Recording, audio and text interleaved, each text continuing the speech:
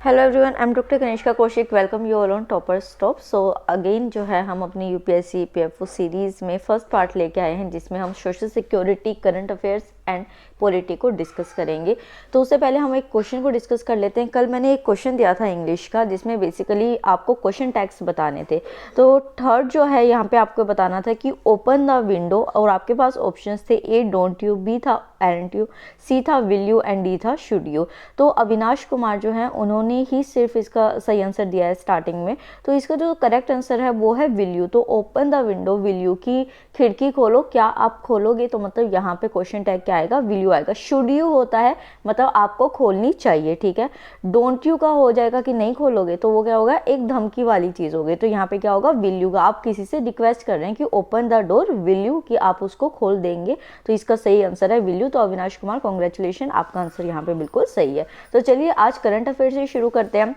कल Republic day था, हमें पता है कि, और बेसिकली पद्म अवार्ड्स जो थे वो रिपब्लिक डे पे दिए जाते हैं। तो इनकी पूरी लिस्ट आ गई है और ये हमें एग्जाम के लिए बिल्कुल अच्छे से रट लेने हैं इन सब के नाम, क्योंकि कोई भी नाम जो है आपसे पूछा जा सकता है यहाँ पे, ठीक है। और अभी आए हैं अवार्ड्स और मई में पेपर है, तो चांसेस ज़्यादा हो जाते हैं क्योंकि नियर बाय करंट अफेयर से पूछते ही हैं अवार्ड्स, ठीक है।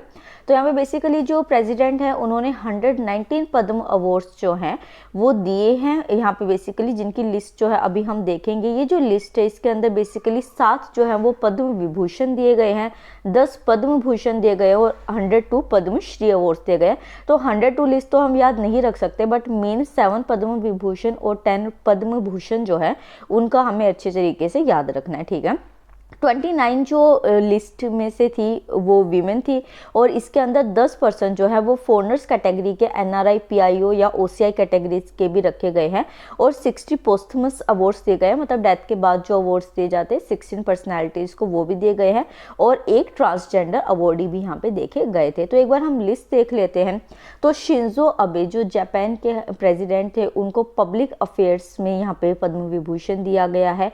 वहीं पे आर्ट की कैटेगरी में एस बाल सुब्रमण्यम, जो कि पोस्टमस है, मतलब डेथ के बाद जो है इनको ये अवार्ड दिया गया है। मेडिसिन के फील्ड में बैले मोनप्पा हेज जो थे उनको दिया गया है। वहीं पे साइंस एंड इंजीनियरिंग, इनको भी पोस्टमस दिया गया है, मतलब डेथ के बाद दिया गया है, नरेंद्र सिंह कपानी को। स्पिरिचुअलिज्म के अंदर जो है मौलाना वहीदुद्दीन खान को ये अवार्ड दिया गया है। वहीं पे आर्कियोलॉजी के अंदर बी लाल और कुछ और अदर्स भी इसके अंदर है, उनको मिलके ये दिया गया है। डीओ मतलब क्या होता है कि 2 जनों को मिलके दिया गया है। तो इस स्पिरिचुअलिज्म में और आर्कियोलॉजी में 2 लोगों को मिलकर ये दिए गए हैं। और वहीं पे आर्ट के अंदर जो है सुदर्शन साहू को यह अवार्ड दिया गया है। तो इनके नाम आप प्लीज इसको अच्छे से याद रखिएगा। नेक्स्ट डिस्कस करते हैं पद्म भूषण को। तो कृष्णा नायर, शांता कुमारी चित्रा जो है उनको आर्ट की कैटेगरी में पद्म भूषण दिया गया है। वहीं पे पब्लिक अफेयर्स के अंदर तरुण गोगोई जो है उनको पोस्टमस मतलब कि डेथ के बाद दिया गया है। लिटरेचर एंड एजुकेशन में चंद्रशेखर कंबारा को, पब्लिक अफेयर्स में सुमित्रा महाजन को, जो कि हमारी पहले मिनिस्टर भी रह चुकी हैं। सिविल सर्विसेज में नृपेंद्र मिश्रा को दिया गया है। पब्लिक अफेयर्स में रामविलास पासवान को पोस्टमस, जिनकी अभी डेथ हुई थी हमारे लीडर की। पब्लिक अफेयर्स में अगेन पोस्टमस जो है वो केशु भाई पटेल को दिया गया है। स्पिरिचुअलिज्म के अंदर कालबे सादिक को पोस्टमस दिया गया है, उनके साथ किसी और पर्सनैलिटी को भी ये साथ में दिया गया है। ट्रेड एंड इंडस्ट्री में रजनीकांत देवीदास श्रॉफ जो है उनको दिया गया है। और अगेन पब्लिक अफेयर्स में तरलोचन सिंह जो है उन सबको ये पद्म भूषण अवार्ड दिए गए हैं। इसके रिलेटेड हम कुछ और डिटेल्स भी एग्जाम में पूछी जा सकती है, तो उनको डिस्कस कर लेते हैं। तो देखिए किस किस डिसिप्लिन्स में अवार्ड दिए जाते हैं। तो अब किसी भी आप फील्ड में या एक्टिविटीज़ में जब अचीवमेंट या फिर सर्विसेज में अचीवमेंट हासिल करते हैं तब आपको ये अवार्ड दिए जाते हैं। एलिजिबिलिटी का जो होता है ऐसा कुछ भी नहीं है कि इसी particular race, sex, occupation, position का कोई पर्सन होना चाहिए। यहाँ पे विदाउट एनी डिस्टिंक्शन जो है race, caste, occupation, position, sex को देखकर नहीं अवार्ड दिया जाता है। और गवर्नमेंट सर्वेंट्स को भी, जो कि पीएसयूज के साथ वर्क करते हैं, एक्सेप्ट डॉक्टर्स एंड साइंटिस्ट जो होते हैं, वो इसके लिए अवार्ड के लिए एलिजिबल नहीं होते हैं। टाइमलाइन की बात करते हैं तो ये जो अवार्ड्स है ये रिपब्लिक डे पे हर साल अनाउंस किए जाते हैं, बट ऐसा नहीं है कि ये उसी टाइम दे दिए जाते हैं। ये मार्च या फिर अप्रैल में हर साल दिए जाएंगे। तो अभी अनाउंस है तो अब आप समझ सकते हैं मई में हमारा पेपर और मार्च और अप्रैल में इनको दिया जाएगा। तो बहुत चांसेस है कि आपसे एटलीस्ट एक क्वेश्चन तो पेपर में इससे रिलेटेड पूछा जाए। अवार्ड कमेटी के बारे में डिस्कस करते हैं कि किस तरीके से इनके जो नाम है वो फाइनलाइज किए जाते हैं, जो भी अवार्डी होते हैं। तो यहाँ पे देखिए बेसिकली क्या होता है कि जो नॉमिनेशन प्रोसेस होता है वो पब्लिक होता है। मतलब इवन सेल्फ नॉमिनेशन भी हो सकता है कि अगर आपको लगता है कि आपने अचीवमेंट हासिल की है किसी चीज़ में और किसी को नहीं पता है उस बारे में, तो आप अपना सेल्फ नॉमिनेशन भी यहाँ पे कर सकते हैं। जितने भी नॉमिनेशंस होते हैं उनको पद्म अवार्ड्स जो मिलता है बेसिकली वो कमेटी के सामने रखा जाता है। कैबिनेट सेक्रेटरी इसके अंदर होते हैं जो कि प्राइम मिनिस्टर के थ्रू हर साल ये कमेटी कॉन्स्टिट्यूट की जाती है। तो ये जो रिकमेंडेशंस होती हैं कमेटी की वो प्राइम मिनिस्टर को सबमिट की जाती है और फिर प्रेसिडेंट को सबमिट की जाती है फॉर अप्रूवल। जब ये अप्रूव्ड हो जाते हैं प्राइम मिनिस्टर और प्रेसिडेंट के थ्रू, देन जो अवॉर्डी होता है उनको एक सर्टिफिकेट और एक मेडल दिया जाता है और जो रेसिपिएंट होते हैं उनको एक स्मॉल रेप्लिका अपने मेडल की भी दी जाती है जो कि वो सेरेमोनियल या स्टेट फंक्शंस में पहन सके। जैसे आप देखते होंगे ना कि जो आर्मी ऑफिसर्स होते हैं तो वो अपने यूनिफॉर्म के ऊपर मेडल्स लगाए रखते हैं, तो वही रेप्लिकाज इस तरीके की होते हैं जिसको कि कभी भी आप यूनिफॉर्म के ऊपर पहन सकते हैं किसी फंक्शन में। ठीक है, कुछ यहाँ पे क्लैरिफिकेशन आपको याद रखनी है कि देखिए क्या था कि जब आपने हमारे फंडामेंटल राइट्स में पढ़ा होगा कि किसी भी तरीके की जो इक्वालिटी वाला हमारा आर्टिकल है तो उसमें बेसिकली ये कहा जाता है कि किसी को भी डिस्टिंग्विश नहीं कर सकते। बट यहाँ पे अकेडमिक है, जैसे कि कोई डॉक्टर है तो वो अपना टाइटल डॉक्टर का लगा सकता है, वो लगा सकता है। पर जैसे महाराजा हो गया, राजा हो गया या फिर इस तरीके के जो टाइटल्स है मतलब जो पावर दिखाते हैं वो टाइटल्स को ख़त्म कर दिया गया था। तो ये जो अवार्ड है ये कोई टाइटल नहीं है, ये एज अ सफिक्स और प्रीफिक्स यूज कर सकते हैं। जैसे कल को आपको मान लीजिए पद्म भूषण मिल जाएगा तो आपके नाम के आगे ये लग सकता है कि पद्म भूषण ABCD, ठीक है, जो भी आपका नाम होगा तो इस तरीके से लग सकते हैं। इसको टाइटल की तरह यूज नहीं किया जाता है। वहीं पे जो टोटल नंबर ऑफ अवार्ड्स हर साल दिए जाते हैं NRIs को या फिर जो पोस्टमस अवार्ड्स होते हैं वो 120 से ज़्यादा नहीं होते, मतलब इन सबको मिला के 120 से ज़्यादा अवार्ड्स नहीं हो सकते हैं। बेसिकली क्या होता था कि पोस्टमसली जो है ये अवार्ड नहीं दिया जाता था, बट कोई ऐसे डिजर्विंग केसेस होते हैं, हाईली डिजर्विंग केसेस, जिसमें कि गवर्नमेंट जो है डेथ के बाद भी इन अवार्ड्स को दे सकती है। पद्म अवार्ड्स जो होते हैं वो एक ही पर्सन को 5 साल के गैप में दिया जा सकता है। मतलब मान लीजिए कि आपको आज पद्म भूषण मिला, ठीक है, आप बट फिर भी अच्छा काम करते रहे और आपने और कुछ माइलस्टोन जो है वो अचीव कर लिया, तो ये नहीं है कि अगले साल आपको दोबारा दे दिया जाएगा। एटलीस्ट 5 साल का गैप रखा जाएगा और फिर आपको पद्म भूषण या पद्म विभूषण जो भी आप जिस भी कैटेगरी के अंदर आते हैं वो आपको दे दिया जाएगा। तो ये सारे पॉइंट्स आपको याद रखने हैं। नेक्स्ट डिस्कस करते हैं तत्रशक मेडल्स के बारे में। तो तत्रशक जो मेडल्स होते हैं तो तत्रशक जो मेडल्स होते हैं वो ओकेजन ऑफ रिपब्लिक डे 2021 में दिए गए हैं। किसको दिए गए हैं? To Indian coast guard personnels, क्योंकि वो अपना जो डिस्टिंग्विश मेरिशियस सर्विसेज प्रोवाइड करते हैं उसके लिए किया जाता है। यहाँ पे आपको बेसिकली क्या याद रखना है कि हर साल इंडिपेंडेंस डे पे और रिपब्लिक डे पे जो है ये अवार्ड्स दिए जाते हैं। और ये कब से शुरू हुए हैं? ये 26 जनवरी 1990 से शुरू हुए थे। तो ये दोनों पॉइंट्स आपको इस अवार्ड से रिलेटेड याद रखने हैं। नेक्स्ट डिस्कस करते हैं नॉन कम्युनिकेबल डिजीज के बारे में। तो बेसिकली नॉन कम्युनिकेबल डिजीज क्या होते हैं कि जो एक पर्सन से दूसरे पर्सन पे फैले ना, बाय टच, बाय कोई भी कम्युनिकेशन जो होता है।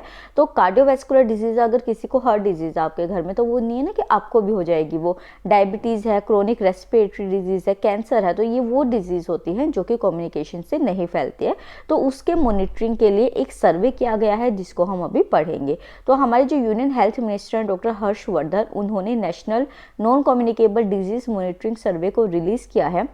ये एक लार्जेस्ट कॉम्प्रिहेंसिव नेशनल सर्वे है जिसमें कि रिस्क फैक्टर्स जो होते हैं NCD के और हेल्थ सिस्टम को प्रिपेयर करने के लिए कॉम्प्रिहेंसिवली कवर किया गया है सभी जो भी एट्रीब्यूट्स होते हैं उनको।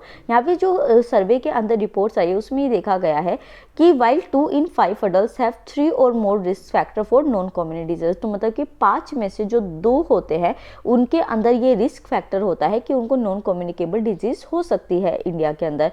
वहीं पे अगर हम 4 अडल्ट में से देखें तो एक ऐसा जो है या फिर 6.2% जो अडल्ट होते हैं वो ओवरवेट या फिर ओबीज है। और वहीं में से 10 अडल्ट को अगर हम लेके चलते हैं तो उनमें से 3 अडल्ट ऐसे निकल आएंगे जिनमें कि ब्लड प्रेशर हमेशा बढ़ा रहता है, या फिर 9.3% जो होंगे जिनको कि डायबिटीज़ है, मतलब उनको ब्लड ग्लूकोज हमेशा रेज लेवल में रहता है। वहीं पे 4 अडल्ट में से या फिर सॉरी ये वाला पॉइंट हो गया यहाँ पे जो 5 में से जो 2 अडल्ट है बेसिकली और 4 में से एक एडोलेसेंट होता है उसकी फिजिकल एक्टिविटी इनसफिशिएंट होती है। जैसे हमें देखें, हम पूरे दिन बैठ के पढ़ते रहते हैं, हम कोई भी फिजिकल एक्टिविटी नहीं करते, तो हम उन्हीं 2 में से आए जो कि 5 अडल्ट है या फिर 4 में से एक अडल्ट है और वहीं पे अगर एक हम सोल्ट इंटेक की बात करते हैं तो डेली इंटेक सोल्ट जो है वो 8 ग्राम देखा जाता है मोस्टली, जो एवरेज पॉपुलेशन देखी गई है उनमें, जो कि अमाउंट ज़्यादा है कंपेरेटिवली। अगर हम देखते हैं कि 3 अडल्ट में से या फिर 1/4 प्रोपोर्शन जो है 1/4 प्रोपोर्शन मैन की है, वो टोबैको को किसी ना किसी फॉर्म में यूज़ करते हैं, अल्कोहल को कंज्यूम करते हैं इन पास्ट 12 मंथ्स। तो ये वाले जो इंडिकेटर्स है ये आप थोड़ा सा रिवाइज करके जाइएगा, देख के जाइएगा, मे भी पेपर में पूछा जा सके। यहाँ पे देखिए ये सर्वे का एक पॉइंट जो आपको याद रखना है वो ये है कि 2017 से 18 का जो टाइम पीरियड था उसमें इसके सारे जितने भी ये डाटा था, बेसलाइन डाटा था, उसको कलेक्ट किया गया था। तो ये सर्वे जो है ये उस टाइम का मतलब 2-3 साल पुराना है ये बेसिकली, और ये इस तरीके का पहला कॉम्प्रिहेंसिव सर्वे है जिसमें कि स्टैंडर्डाइज टूल और मेथड्स को यूज़ करके एज ग्रुप कौन कौन सा कवर किया गया है, 15 साल से 69 ईयर्स तक के जो लोग थे उनको यहाँ पे सिलेक्ट किया गया था। बहुत ही कॉम्प्रिहेंसिव सर्वे है, मेल्स और फीमेल्स जो है दोनों को यहाँ पे चूज किया गया था, और अर्बन एंड रूरल दोनों एरियाज में इसको किया गया था। नेक्स्ट देखते हैं एमफेक्स 21 को। ये एक एक्सरसाइज है, basically tri service joint amphibious exercise है जो कि अंडमान एंड निकोबार के अंदर कंडक्ट हुई है। इसके बारे में मैंने आपको पहले भी बताया था, ये जस्ट मैंने इसलिए डाल दिया कि एक आपका रिवीजन भी हो जाएगा और अभी जस्ट ये न्यूज़ के अंदर भी है। तो एमफेक्स 21 जो है अंडमान एंड निकोबार के अंदर हुआ है। इसका मैंने एक और नाम आपको बताया था जब मैंने 5-6 दिन पहले करंट अफेयर बताया था, आप उसको कमेंट सेक्शन में बताइए। नेक्स्ट जो है क्वेश्चन है एक चीज़ और कि हमने जो है अपना टेलीग्राम पे डिस्कशन ग्रुप भी बना लिया है जिसमें आई थिंक अभी 18 मेंबर्स जो हैं वो ऐड हो चुके हैं। वहाँ पे पीडीएफ तो आपको मिलेगी, आप डिस्कशन भी कर सकते हैं किसी भी तरीके का, और वहाँ पे मैं क्वेश्चन भी पोस्ट करती हूँ। तो आज सुबह मैंने एक क्वेश्चन पोस्ट किया था वहाँ पे ग्लोबल सोशल मोबिलिटी रिपोर्ट के बारे में कि इसको कौन रिलीज़ करता है। तो शुभम मलिक जो है उन्होंने सबसे पहले इसको सही आंसर किया था। तो वर्ल्ड इकोनॉमिक फोरम जो होता है वो ग्लोबल सोशल मोबिलिटी रिपोर्ट को रिलीज़ करता है। ये आप अपने एग्जाम के लिए रट लीजिए। ट्राई करेंगे कि जो प्रीवियस करंट अफेयर है, अभी वाला तो हम ऐसे कवर करेंगे, जो प्रीवियस करंट अफेयर है उसको हम MCQ की फॉर्म में करें ताकि एटलीस्ट आपका 60-70% जो है वो इजीली कवर हो जाए। सो कांग्रेचुलेशन शुभम, आप अच्छे से आंसर करते हैं, हमेशा ऐसे ही करते रहिए, आपका पेपर जरूर क्लियर होगा। नेक्स्ट देखते हैं सोशल सिक्योरिटी पे। तो सोशल सिक्योरिटी में बेसिकली कॉलोनियल पीरियड जो है उसके बारे में हम डिस्कशन कर रहे थे। क्लिप ऐड नहीं हो पाई थी, इस वजह से मैंने वो अलग से वीडियो बनाई थी। तो यहाँ पे बेसिकली अब हम कर रहे हैं कि 1919 से लेकर 1947 के पीरियड में जो कॉलोनियल पीरियड था वहाँ पे सोशल सिक्योरिटी का क्या सिनेरियो था। ठीक है, तो हम 1919 से 1941 का पीरियड पहले डिस्कस करते हैं। तो यहाँ पे सोशल सिक्योरिटी को लेके ऐसा कुछ भी इतना वर्दी नहीं हुआ था कॉलोनियल इंडिया के अंदर कि जिसको हम बहुत डिटेल में डिस्कस कर सके। पर वर्ल्ड वॉर 1 जो हुई उसका एक ट्रेमेंडस इम्पैक्ट आया गवर्नमेंट के एटीट्यूड के ऊपर कि अब सोसाइटी को लेबर्स के लिए कुछ ना कुछ करना पड़ेगा। ठीक है, तो यहाँ पे बेसिकली क्या हुआ कि वर्ल्ड जो है वो अब किसकी तरफ पहुंच चुका था, शांति की तरफ और रिकंस्ट्रक्शन की तरफ। और जब ये रिकंस्ट्रक्शन और पीस की बात शुरू हुई वर्ल्ड में तो एस्टेब्लिशमेंट हुआ इंटरनेशनल लेबर ऑर्गेनाइजेशन का। ये चीज़ मैंने आपको पहले भी बताई थी। इंटरनेशनल लेबर ऑर्गेनाइजेशन के अंदर जो है स्टार्टिंग में 17 कन्वेंशंस को अडॉप्ट किया गया जिसको कि बाद में बढ़ा के 28 कर दिया गया। बट जो सबसे मेन कन्वेंशन था डेट इज़ कन्वेंशन नंबर 102, ये मैंने पहले भी डिस्कस किया है डिटेल में, इसको अच्छे से रट के जाइएगा। कन्वेंशन नंबर 102 जो है वो minimum standard of social security जो था वो प्रोवाइड करता था, और यहाँ पे हर ब्रांच ऑफ सोशल सिक्योरिटी को ताकि मिनिमम स्टैंडर्ड्स जो है हर रिस्पेक्ट के बेनिफिट्स में प्रोवाइड किए जा सके। और ये किस तरीके के रिस्क फैक्टर्स में प्रोवाइड किए जा सके, सिकनेस हो गया, अनएम्प्लॉयमेंट हो गया, old age, death, unemployment, injury, invalidity, तो इन सारी चीज़ों में जो है ये सारे ILO के कन्वेंशंस इम्प्लीमेंट हुआ करते थे। वहीं पे उसी टाइम में इंडिया ने 5 कन्वेंशंस को रेटिफाई किया था। ये आपको नाम याद रखने हैं इनके।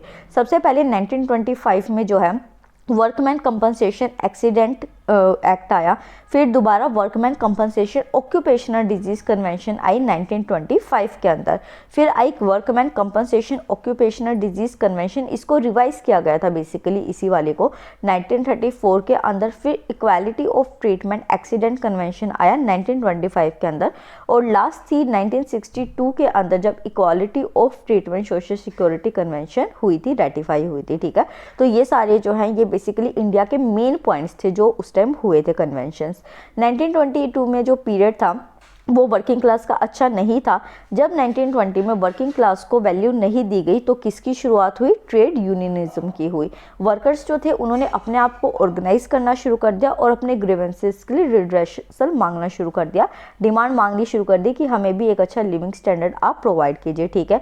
वहीं पर 1920 में क्या हुआ? एजिटेशंस जो थे वो लॉन्च होने शुरू हो गए। इस वजह से 1923 के अंदर वर्कमैन कंपनसेशन एक्ट को इनेक्ट किया गया, लाया गया। हालांकि क्या हुआ था कि 5 मार्च 1923 को एक्ट को पास कर दिया गया था, बट ये उसके भी एक डेढ़ मतलब 1.5 साल बाद आया, 1 जुलाई 1924 को।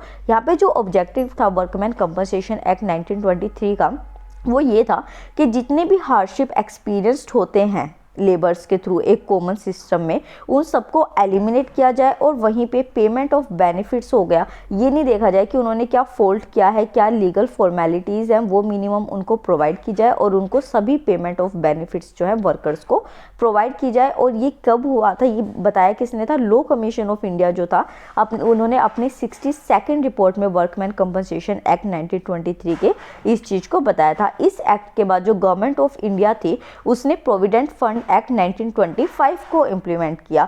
यहाँ पे बेसिकली जो रेलवेज और जो गवर्नमेंट इंडस्ट्रियल एस्टेब्लिशमेंट थी उनके ऊपर सिर्फ इसको अप्लाई किया गया शुरू में। तो आपको ये वाले पॉइंट्स जो हैं ये याद रखने हैं, ठीक है। 1925 में प्रोविडेंट फंड एक्ट के बाद जो कि रेलवेज और गवर्नमेंट इंडस्ट्रियल एस्टेब्लिशमेंट के लिए बनाई गई थी, सेम पीरियड में 1929 के अंदर जो बॉम्बे था, सिर्फ ये याद रखना है कि बॉम्बे की गवर्नमेंट जो थी उन्होंने मैटरनिटी बेनिफिट एक्ट को अडॉप्ट किया।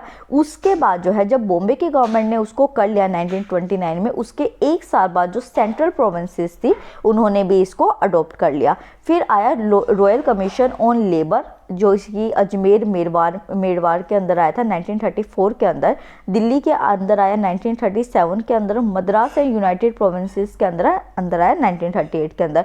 तो आपको क्या याद रखना है? आपको ये क्रोनोलॉजी याद रखनी है कि सबसे पहले बॉम्बे के अंदर मैटरनिटी बेनिफिट एक्ट आया था, फिर सेंट्रल प्रोविंसेस की, फिर रॉयल कमीशन ऑफ लेबर जो था उन्होंने रिकमेंड किया कि ये चीज़ अच्छी है, ये हर जगह होनी चाहिए। तो 1934 में अजमेर के अंदर आया, फिर दिल्ली के अंदर आया और फिर मद्रास एंड यूनाइटेड प्रोविंसेस के अंदर आया, जिसमें कि मैटरनिटी बेनिफिट लेजिस्लेशन जो था उसको अच्छी तरीके से पास कर दिया गया, ठीक है। फिर जो सेंट्रल लेजिस्लेशन थे वो बनाए गए और माइनर्स को के लिए जो कि बेसिकली माइंस के अंदर काम करती थी वीमेन, उनके लिए माइंस मैटरनिटी बेनिफिट एक्ट 1941 का आया।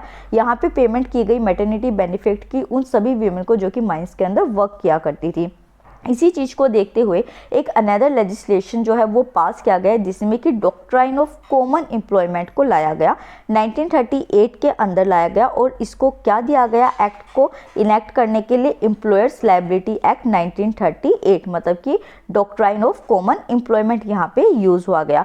ये भी जो थी recommendation of royal commission on labour के ऊपर ही आई थी, जिन्होंने कि 1929 में इंक्वायर किया था। तो एक पॉइंट आपका ये भी हो गया है कि कौन सा कमीशन ऐसा था जिन्होंने 1929 के अंदर इंडस्ट्रियल लेबर्स के वर्किंग कंडीशंस के ऊपर रिकमेंडेशंस दी थी या इंक्वायरी की थी।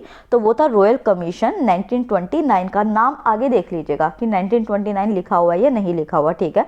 तो उन्होंने वर्कर्स के वेलफेयर के लिए यहाँ पे कंसर्न शो किए थे और बताया था कि ये जो ओल्ड एज सिस्टम है इसके लिए आपको नए प्रोविजंस बनाने चाहिए, ठीक है। नेक्स्ट जो रॉयल कमीशन था उन्होंने बेसिकली ये कहा कि जितने भी रेलवे के एम्प्लॉयज़ हैं उनको पेमेंट ऑफ ग्रेट्युटी देना ज़रूरी है, बिकॉज यहाँ पे 15 साल का जो टाइम पीरियड, जो उतने भी वर्कर्स हैं रेलवे के अंदर जिन्होंने 15 साल का टाइम पीरियड पूरा कर लिया है और वो अब रिज़ाइन देना चाहते हैं या फिर रिटायरमेंट ले रहे हैं सबऑर्डिनेटली, तो ये मॉडिफाई किए गए रूल्स को और उन्होंने कहा गया कि अगर कोई भी पर्सन 15 साल के बाद जॉब करने के बाद क्वालिफाई करता है कि वो सर्विस को छोड़ सकता है, तो पहली बात तो उसको परमिशन देनी चाहिए कि ठीक है आप अपना वॉलंटरी विड्रॉल कर सकते हैं विदाउट एनी क्वालिफिकेशन। मतलब ये नहीं कि आप उनके ऊपर कोई भी चीज़ें लगा रहे, रिस्ट्रिक्शंस लगा रहे और फिर उनको पेमेंट ऑफ ग्रेट्युटी करना ज़रूरी है। बस ये जान लीजिए कि उनका इंटेंशन क्या है, क्योंकि उस टाइम पर बहुत सारे प्रोटेस्ट वगैरह भी होते रहते थे। तो एक बार इंटेंशन जान लीजिए कि वो गवर्नमेंट के अगेंस्ट ना जाए और फिर उनको आप ग्रेट्युटी को पे कर दीजिए, ठीक है। अब जो थर्ड फेज ऑफ डेवलपमेंट आया सोशल सिक्योरिटी के अंदर वो 1942 से स्टार्ट हुआ था। यहाँ पे basically third labour ministerial conference जो थी उसको कॉन्स्टिट्यूट किया गया, उसके बाद ही ये फेज जो था वो शुरू हुआ। तो यहाँ पे बेसिकली हुआ क्या था कि दूसरी कंट्रीज जो थी उसमें सोशल सिक्योरिटी के प्लान्स आने लग गए थे। देखा था ना हमने कि बेवरेज कमेटी जो थी, तो 1942 के बाद वर्ल्ड वॉर सेकंड के बाद वो बन गई थी। और भी कमिटीज़ बननी शुरू हो गई थी, जैसे कि यहाँ पे बेवरेज रिपोर्ट हो गई, या फिर British social insurance and allied services की हो गई, वैगमार मोरे हो गए, और डायनोगल बिल हो गया यूएसए के अंदर, मार्श प्लान आ गया था सोशल सिक्योरिटी के ऊपर कनाडा के अंदर।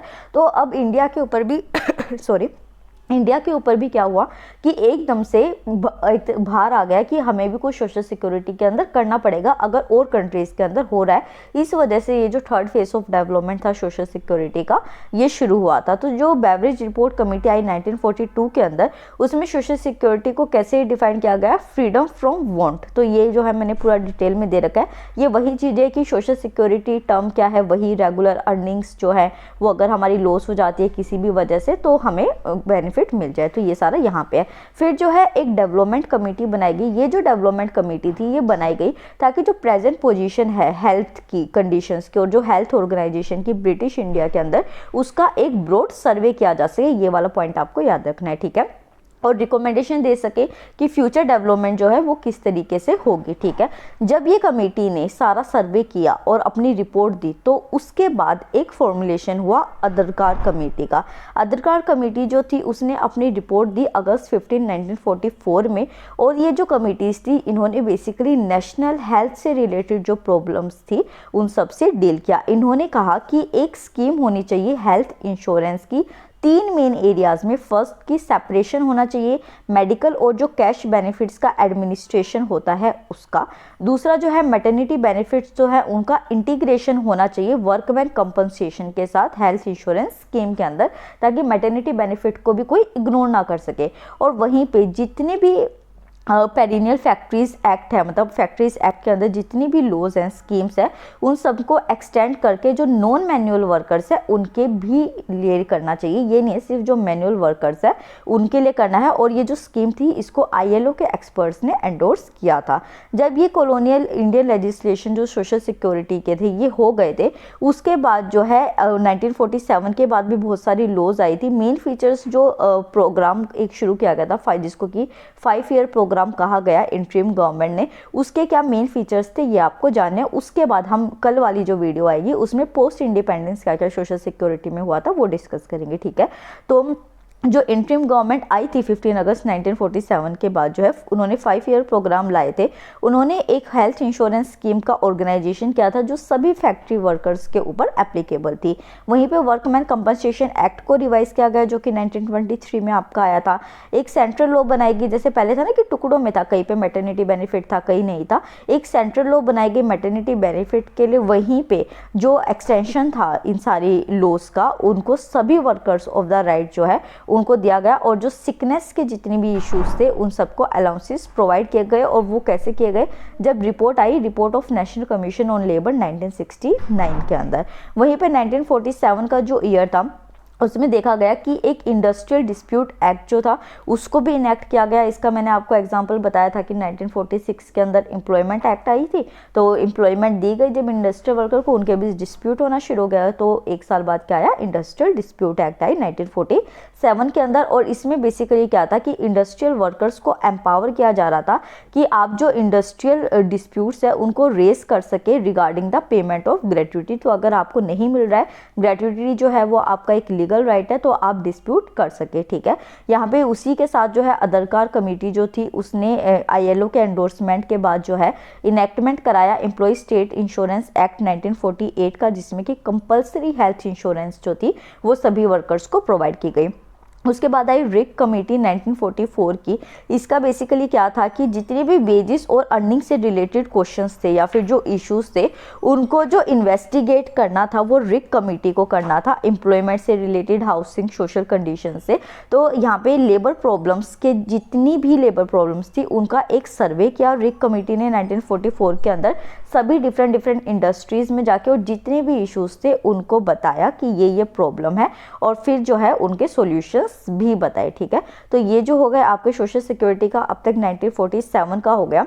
ये जितनी भी प्रॉब्लम थी, ये जस्ट मैंने आपके सामने एक पैराग्राफ डाला है कि जो रिग कमेटी थी उन्होंने कहा क्या था। उन्होंने ये कहा कि जितनी भी प्रॉब्लम्स हैं प्रोविजन से रिलेटेड सोशल सिक्योरिटी के, वो ओल्ड एज से रिलेटेड है उस टाइम में, अभी नहीं, उस टाइम में जो उन्होंने बोला कि ओल्ड एज, और अगर किसी ब्रेड विनर की, मतलब कि जो वर्किंग मेंबर है उसकी डेथ हो जाती है, तो उन पर्सन को सोशल सिक्योरिटी के अंदर लाना चाहिए और कंसीडर करना चाहिए और इस तरीके से स्कीम को मैनेज करना चाहिए ताकि जो प्रोविडेंट फंड है, ग्रेट्युटीज़ है और पेंशन्स है वो एम्प्लॉयर्स को मिल सके, वो उनके बिना ना रहे। तो इसी तरीके से जो है इन्होंने बस एक्सप्लेन किया था इस चीज़ को। आपको सिर्फ याद रखना है कि रिग कमेटी जो है वो किससे एसोसिएटेड है, तो ये वाले आपके प्रीलिम्स के पॉइंट हो जाएंगे। ठीक है, ये हमने सोशल सिक्योरिटी को डिस्कस कर लिया। उसके बाद आते हैं पॉलिटी को। पॉलिटी में आज हम सैलेंट फीचर्स ऑफ कॉन्स्टिट्यूशन को देखते हैं। देखिए इस वाले चैप्टर में लक्ष्मीकांत आपके पास होगी, तो आपने देखा होगा कि 3 टेबल्स दे रखी है आपको। एक टेबल जो है वो शेड्यूल्स ऑफ कॉन्स्टिट्यूशन को दे रखी है, एक सोर्सेज ऑफ कॉन्स्टिट्यूशन के बारे में दे रखी है, और एक में पार्ट्स दे रखे हैं और पार्ट्स के आगे आर्टिकल्स दे रखे हैं। उन तीनों टेबल्स को आप सुबह जब उठते हैं या जिस भी टाइम आप पढ़ने बैठते हैं उससे पहले रिवाइज जरूर कीजिए, क्योंकि उससे क्वेश्चंस आते हैं और वो कंटेंट इतना सारा है कि एक बार आप उसको पढ़ने बैठेंगे तो आपसे रिवीजन नहीं होगी उसकी। ठीक है, वो इसी चैप्टर में कवर होता है, तो इसके जो समझाने वाले फैक्टर्स है वो मैं आपको समझा देती हूँ, वो आपको खुद याद करने हैं जो टेबल्स है। ठीक है, सैलेंट फीचर ऑफ कॉन्स्टिट्यूशन से शुरू करते हैं। तो सबसे पहले लक्ष्मीकांत में बताया गया है कि 42nd अमेंडमेंट एक्ट जो थी उसको मिनी कॉन्स्टिट्यूशन कहा जाता है। क्यों कहा जाता है? क्योंकि देखिए 42nd अमेंडमेंट एक्ट जो लाई गई थी उस टाइम इमरजेंसी के पीरियड में लाई गई थी। ठीक है, तो यहाँ पे बहुत सारे चेंजेस जो थे वो कॉन्स्टिट्यूशन के अंदर किए गए, इस वजह से इसको क्या कहा जाता है? मिनी कॉन्स्टिट्यूशन कहा जाता है। ठीक है, अब हम देखते हैं कि कॉन्स्टिट्यूशन जो है उसके फीचर्स क्या है। तो जो हमारी कंट्री का कॉन्स्टिट्यूशन है वो लेंथीएस्ट रिटन कॉन्स्टिट्यूशन है। तो ये दोनों टर्म्स याद रखने हैं। लेंथीएस्ट किस तरीके से है, मतलब कि देखिए लेंथीएस्ट जो हुआ करता था वो ब्रिटिश का हुआ करता, ब्रिटेन का कॉन्स्टिट्यूशन था, बट नहीं सॉरी, जो अनरिटन कॉन्स्टिट्यूशन है वो ब्रिटेन का कॉन्स्टिट्यूशन है, बट जो अमेरिकन कॉन्स्टिट्यूशन है वो रिटन कॉन्स्टिट्यूशन है। तो ये जो रिटन कॉन्स्टिट्यूशन वाला फीचर था वो कहाँ से आया था? अमेरिकन कॉन्स्टिट्यूशन से आया था। लेंथीएस्ट इसलिए था क्योंकि 3-4 फैक्टर्स थे, जैसे कि हमारी कंट्री की ज्योग्राफी बहुत बड़ी है, ऊपर से लॉयर्स जो थे उन्होंने बनाया, तो उन्होंने वर्ड्स इस तरीके के डाल दिए, गवर्नमेंट ऑफ इंडिया एक्ट का इन्फ्लुएंस था, इस वजह से हमारी कंट्री का कॉन्स्टिट्यूशन क्या हुआ? लेंथीएस्ट हुआ। ठीक है, ओरिजिनली अगर हम कॉन्स्टिट्यूशन को उठा के देते हैं तो उसके अंदर एक प्रियम्बल था, 395 आर्टिकल्स थे। जो 395 आर्टिकल्स थे उनको 32 पार्ट्स में डिवाइड किया गया था और 8 शेड्यूल्स थे। बट अगर हम अभी प्रेजेंटली की बात करते हैं 2019-2021 की, जो कि लेटेस्ट एडिशन है लक्ष्मीकांत का आपका, तो उसमें टोटल 470 आर्टिकल्स जो हैं वो प्रेजेंटली प्रेजेंट हैं। 32 पार्ट्स जो थे उनको घटा के कितना कर दिया गया है? 25 पार्ट्स कर दिया है। वहीं पे जो 8 शेड्यूल्स थे उनको बढ़ा के 12 शेड्यूल्स कर दिया गया। तो इन नंबर में आप कंफ्यूज नहीं होंगे और इनको अच्छी तरीके से याद भी रखेंगे। ठीक है, तो जो फैक्टर्स थे कि इतना बड़ा कॉन्स्टिट्यूशन का साइज कैसे हुआ, तो सबसे पहले ज्योग्राफिकल फैक्टर्स, हमारी कंट्री जो है वो कितनी बड़ी है, तो ज्योग्राफिकल फैक्टर्स को देखा गया। गवर्नमेंट ऑफ इंडिया एक्ट 1935 जो है उससे बहुत सारी चीज़ें ली गई है, इस वजह से भी ये बड़ा हो गया। सिंगल कॉन्स्टिट्यूशन है, ऐसा नहीं है कि कंट्री का अलग है स्टेट्स का अलग है, तो कॉन्स्टिट्यूशन इस वजह से बड़ा हो जाता है क्योंकि हर किसी का हमें देख रेख रखनी पड़ेगी इसमें। और डोमिनेंस ऑफ लीगल ल्यूमिनरीज, मतलब लॉयर्स का डोमिनेंस था, इस वजह से भी ये बड़ा हुआ। ठीक है, ये वाली जो है मैंने पिक्चर इसलिए डाली है ताकि मैं बता सकूं कि इस तरीके की टेबल जो है वो आपकी लक्ष्मीकांत में, और आपको ये अच्छी तरीके से याद रखनी है। ठीक है, इसको एक्सप्लेन करने का भी कोई फ़ायदा नहीं है। नेक्स्ट है blend of rigidity and flexibility. ठीक है, तो यहाँ पे बेसिकली बताया गया है कि हमारा जो कॉन्स्टिट्यूशन है ना तो वो बहुत ज़्यादा रिजिड है और ना ही वो बहुत ज़्यादा फ्लेक्सिबल है। अब रिजिड और फ्लेक्सिबल वर्ड का क्या मतलब है? देखिए रिजिड जो कॉन्स्टिट्यूशन होता है उसमें क्या होता है कि उन्हें एक स्पेशल प्रोसीजर चाहिए होता है अगर उन्हें छोटी सी चीज़ भी कोई अमेंड करनी है, कॉन्स्टिट्यूशन के अंदर चेंज लाना है अमेंडमेंट के लिए, जैसे कि क्या हो गया? अमेरिकन कॉन्स्टिट्यूशन हो गया। वहीं पे फ्लेक्सिबल क्या हो जाता है कॉन्स्टिट्यूशन कि कितनी से बड़ी बड़ी अमेंडमेंट हो, ये नहीं देखा जाता कि उसकी कितनी इंपॉर्टेंस है। ऑर्डिनरी लॉज जो होती है उनकी तरह ही सबको अमेंड कर दिया जाता है, जैसे कि ब्रिटेन का कॉन्स्टिट्यूशन है। ठीक है, बट हमारे अंदर क्या है? आर्टिकल 368 है। आर्टिकल 368 के 2 फीचर्स है, ये आपको अच्छे से याद रखना है क्योंकि यहाँ पे 1-2 वर्ड बदल के यूपीएससी आपको कंफ्यूज कर देगा। तो आर्टिकल 368 के अंदर 2 टाइप के अमेंडमेंट्स दिए गए हैं, मतलब कि क्या होते हैं? ये स्पेशल अमेंडमेंट्स हैं। ठीक है, तो क्या हो गया? ये रिजिड हो गए। ठीक है, और ये वाला जो क्या हो गया? फ्लेक्सिबल। पहले फ्लेक्सिबल बता देती हूँ। फ्लेक्सिबल का क्या मतलब कि ऑर्डिनरी अमेंडमेंट है, सिंपल मेजोरिटी ऑफ जो एग्जीक्यूटिव और जो लेजिस्लेचर है वो आए, उन्होंने वोटिंग करी और उसको क्लियर कर दिया, ठीक है। वहीं पे आर्टिकल 368 के अंदर दो टाइप के अमेंडमेंट है जिसके लिए जो होता है रिजिडिटी होती है, मतलब कि स्पेशल मेजोरिटी चाहिए होती है। मतलब कुछ प्रोविजंस जो होते हैं वो इस तरीके के होते हैं जिसमें कि स्पेशल मेजोरिटी ऑफ पार्लियामेंट चाहिए होता है। यहाँ पे बेसिकली क्या होता है कि जितने भी मेंबर्स हैं पार्लियामेंट के या फिर जो जिस भी हाउस में वोटिंग हो रही है, तो 2/3 मेजोरिटी जो होती है वो प्रेजेंट होनी चाहिए और वोटिंग होनी चाहिए। ये जो 2/3 मेजोरिटी होती है, जब ये ज़्यादा वोट देती है उसी बेसिस पे ये होता है कि क्या अमेंडमेंट होगी या नहीं होगी। तो ये जो 2/3 majority of member of each house present and voting है, ये लाइन आपको अच्छे से वहाँ पे याद रखनी है, ठीक है। दूसरा क्या है कि यहाँ पे कुछ ऐसे होते हैं स्पेसिफिकेशन लॉज होते हैं, कुछ ऐसे सब्जेक्ट्स होते हैं जिसमें कि आपको स्टेट्स की भी राय लेनी होती है कि क्या हमें ये अमेंडमेंट करनी चाहिए नहीं करनी चाहिए। तो उस टाइम में क्या होता है कि स्पेशल मेजोरिटी तो करेगी ही करेगी इस तरीके से, प्लस जो है हाफ ऑफ स्टेट्स जो है, मतलब हमारी कंट्री के अंदर जितने भी स्टेट्स है उसमें से आधे स्टेट्स को भी वो रेटिफाई करना पड़ेगा बिल, तभी वो जाके एक्ट बनेगा। तो ये वाला याद रखना है। आर्टिकल 368 के अंदर क्या है, जो सिंपल मेजोरिटी से अमेंडमेंट किए जाते हैं वो आर्टिकल 368 के अंदर नहीं आती है। फिर हमें फीचर्स याद रखने हैं, मोस्ट इंपॉर्टेंट टाइप का क्वेश्चन है ये कि फेडरल सिस्टम ऑफ गवर्नमेंट जो होते हैं उसके क्या क्या फीचर्स होते हैं। और आपको पता है कि फीचर से रिलेटेड ईपीएफओ में क्वेश्चन पूछते हैं। तो जब हम फेडरल गवर्नमेंट की बात करते हैं तो उसके फीचर्स क्या होते हैं, पहली बात तो एटलीस्ट 2 गवर्नमेंट होनी चाहिए। मतलब कि जैसे कि खाली अगर सेंट्रल गवर्नमेंट है, एक राज्य है, तो वो कभी भी फेडरल गवर्नमेंट नहीं होगी, एटलीस्ट 2 होनी चाहिए। जैसे कि सेंट्रल गवर्नमेंट हो गया और आपका क्या हो गया स्टेट गवर्नमेंट हो गया, और हमारे अंदर तो क्या है लोकल गवर्नमेंट भी है जो कि पंचायती और म्यूनिसिपैलिटी आ गया। तो एटलीस्ट 2 गवर्नमेंट होनी चाहिए। अगर हम गवर्नमेंट को 2 बना रहे हैं तो ऑब्वियस सी बात है कि पावर का भी डिवीजन होगा, कुछ पावर सेंट्रल गवर्नमेंट के पास हो जाएगी, कुछ स्टेट के पास हो जाएगी, तो पावर ऑफ डिवीजन होगा। कॉन्स्टिट्यूशन जो होगा वो रिटर्न होना चाहिए। यहाँ पे इसको आप अपनी कंट्री के सेंस में याद रखिए कि हमारा कंट्री का कॉन्स्टिट्यूशन जो है वो रिटर्न है, हमारी फेडरल गवर्नमेंट है, ठीक है। तो इस तरीके से आपको आसानी रहेगी। सुपरमेसी ऑफ कॉन्स्टिट्यूशन, इसको कैसे याद रखेंगे कि हम कहते हैं ना हमारे कॉन्स्टिट्यूशन में कहा गया आप हमारा राइट नहीं छीन सकते, ठीक है। तो सुपरमेसी ऑफ कॉन्स्टिट्यूशन मतलब कॉन्स्टिट्यूशन सबसे बड़ा है, उसके ऊपर कोई नहीं है, ये फेडरल सिस्टम ऑफ गवर्नमेंट का पार्ट होता है। रिजिडिटी ऑफ कॉन्स्टिट्यूशन मतलब ऐसा नहीं है कि ऑर्डिनरी लॉज की तरह ही किसी चीज को बदल दिया, कॉन्स्टिट्यूशन रिजिड होना चाहिए। इंडिपेंडेंट ऑफ जुडिशरी मतलब इंडिपेंडेंस ऑफ जुडिशरी का क्या मतलब है कि सुप्रीम कोर्ट के ऊपर किसी का नहीं है ना रूल कि वो अपनी जो जजमेंट देगा वो देगा ही देगा, ये भी फेडरल सिस्टम ऑफ गवर्नमेंट के अंदर आता है। और बाइकैमरलिज्म मतलब कि 2 houses that is upper house and lower house, जिसको कि हमारी कंट्री में लोकसभा और राज्यसभा कहा जाता है। तो ये सारे फीचर्स हो गए आपके फेडरल सिस्टम के।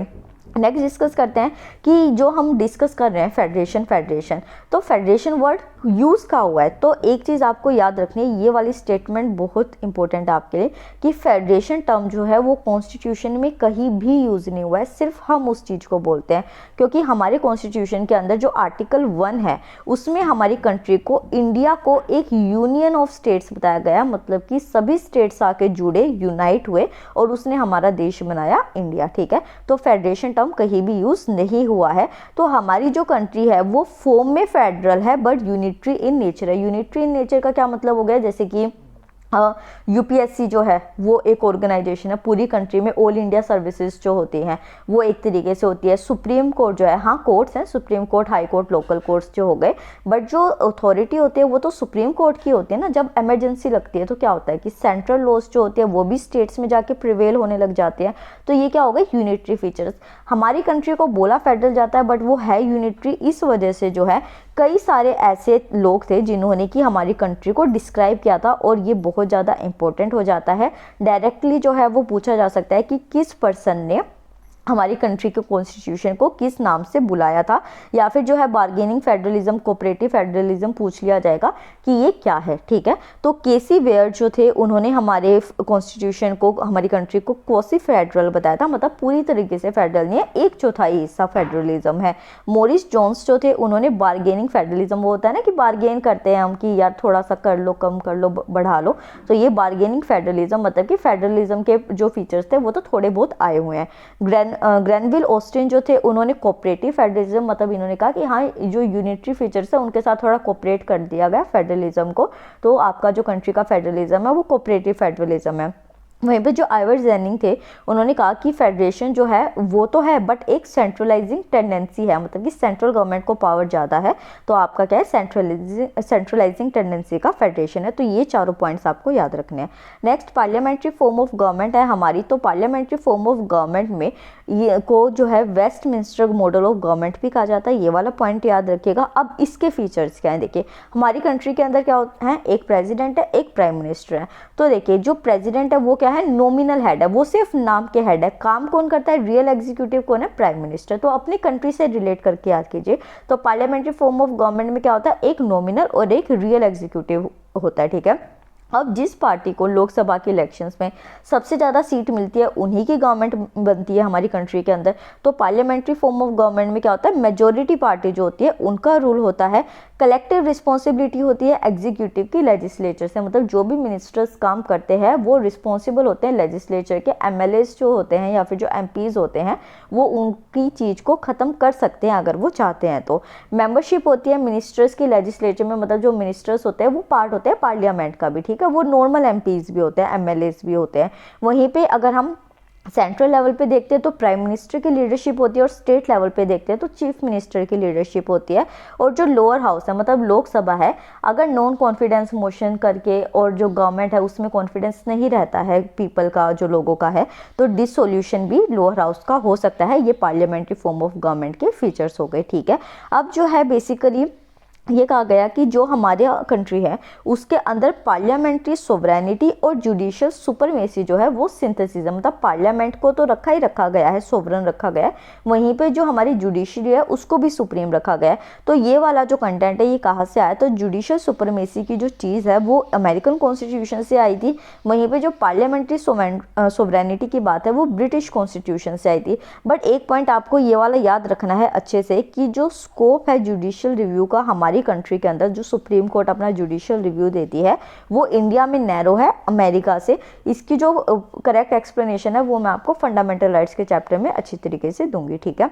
वहीं पे जो है ये सारे भी हमारे फीचर्स हैं कॉन्स्टिट्यूशन के, इनको डिटेल में हम जैसे फंडामेंटल राइट्स का चैप्टर हो गया, सिटीजनशिप का चैप्टर हो गया, उनमें डिस्कस करेंगे। अभी यहाँ पे सिर्फ आपको नाम याद रखने हैं। तो इंटीग्रेटेड और इंडिपेंडेंट जुडिशरी है, सबको पता है, ठीक है। फंडामेंटल राइट्स हमारे कॉन्स्टिट्यूशन के अंदर दिए गए हैं। Directive principles of state policy हो गया। हमारा नेशन क्या है, एक सेक्युलर स्टेट है जहाँ पे सभी धर्मों की इज्जत की जाती है और सबको इक्वल रखा जाता है। यूनिवर्सल अडल्ट फ्रेंचाइजी है, मतलब 18 साल का जब पर्सन हो जाता है तो उसको वोटिंग राइट्स है, उसको किसी तरीके से रोका नहीं जा सकता। सिंगल सिटीजनशिप है, हम इंडियंस हैं, हम कोई पंजाबी हरियाणवी या किसी ओडिया कुछ भी नहीं है, हम इंडियंस हैं, ठीक है। ये सिंगल सिटीजनशिप हो गई। इंडिपेंडेंट बॉडीज जो हैं जैसे कि इलेक्शन कमीशन हो गया, सीएजी है, यूपीएससी है, एसएससी है, जो कि किसी मतलब कोई भी गवर्नमेंट जो है उनके ऊपर काम नहीं कर सकती, कोई रोक टोक नहीं कर सकती। तो इस तरीके की बॉडीज जो हैं वो हमारे कॉन्स्टिट्यूशन में मेंशन है। इमरजेंसी प्रोविजंस दिए गए हैं। 3 टायर ऑफ गवर्नमेंट है आपका, central government, state government and local government और कोऑपरेटिव सोसाइटीज। तो ये सारे क्या हो गए, फीचर्स ऑफ कॉन्स्टिट्यूशन हो गए। अब कॉन्स्टिट्यूशन का क्रिटिसिज्म किस तरीके से किया गया था, हमारे कॉन्स्टिट्यूशन को दिया गया है बोरोड कॉन्स्टिट्यूशन, मतलब कहा गया है कि आपका खुद का कॉन्स्टिट्यूशन नहीं, आपने तो बाहर से बोरो किया, मतलब ओरो से ले लेके थोड़ा थोड़ा लिख लिया, ठीक है। बैग ऑफ बोरोइंग कहा गया। हिचपिच कॉन्स्टिट्यूशन कहा गया, सॉरी हिचपिच नहीं, ये होच पोच कॉन्स्टिट्यूशन है, स्पेलिंग मिस्टेक है। Patchwork of several documents of world constitution, मतलब कि बहुत सारे वर्ल्ड कॉन्स्टिट्यूशन के डॉक्यूमेंट्स उठाए और उनको लाके चिपका दिया एक जगह, वो ये सारे कॉन्स्टिट्यूशन के बारे में कहा गया। कार्बन कॉपी ऑफ 1935 एक्ट कहा गया कि आपने तो कुछ चेंज ही नहीं किया, 1935 को कॉपी कर दिया यहाँ पे। अन इंडियन, एंटी इंडियन नाम दिए गए। अन गांधीयन कॉन्स्टिट्यूशन कहा गया। बहुत बड़ा साइज है हमारे कॉन्स्टिट्यूशन का, लेंथीएस्ट है, इस वजह से उसको एलिफेंटाइन साइज कहा गया। पैराडाइज ऑफ लॉयर्स कहा गया कि सभी लॉयर्स ने तो मिलकर काम किया है, तो ये तो एक पैराडाइज ऑफ लॉयर हो गया, ठीक है। अब हमारा polity, social security, current affair cover होता है। अब हम आते हैं क्वेश्चंस के ऊपर। 2 क्वेश्चंस को हम डिस्कस करेंगे, एक को आप कमेंट सेक्शन में बताएंगे। तो फर्स्ट है एटिशन कमेटी जो थी वो ब्रिटिश टाइम में, वो किससे रिलेटेड थी आपका। फर्स्ट है ऑप्शन जुडिशियल रिफॉर्म से, बी है पब्लिक सर्विसेज रिफॉर्म से, C police reform and D foreign trade policy. तो एक बार वीडियो को पॉज कीजिए और इसे आंसर कीजिए। Okay done. तो देखिए जो एटिस्टन कमेटी जो थी वो बेसिकली पब्लिक सर्विस रिफॉर्म से रिलेटेड थी आपकी, इसको मैं एक बार बता देती हूँ आपको इसके एक्सप्लेनेशन। तो 1886 में जो है वो एटिस्टन कमेटी जो थी वो बनाई थी, किसने की थी, डफरिन ने ये सेटअप की थी बेसिकली। यहाँ पे क्या हुआ था कि पब्लिक सर्विसेज में जो कन्वेंटेड और जो अनकन्वेंटेड वर्ड यूज़ हुआ करते थे, टर्म्स यूज़ होते थे, उनको एलिमिनेट कर दिया गया था, ख़त्म कर दिया गया था। सिविल सर्विसेज जो है उसको क्लासीफाई किया गया था इंपीरियल इंडियन सिविल सर्विसेज के अंदर, जिसका कि एग्जामिनेशन इंग्लैंड के अंदर हुआ करता था, और प्रोविंशियल सिविल सर्विसेज के अंदर जिनका एग्जाम इंडिया के अंदर होता था। और एक थर्ड पार्ट बनाया गया सब ऑर्डिनेट सिविल सर्विसेज, जिसका एग्जामिनेशन भी इंडिया के अंदर हुआ। तो ये वाला याद रखिएगा।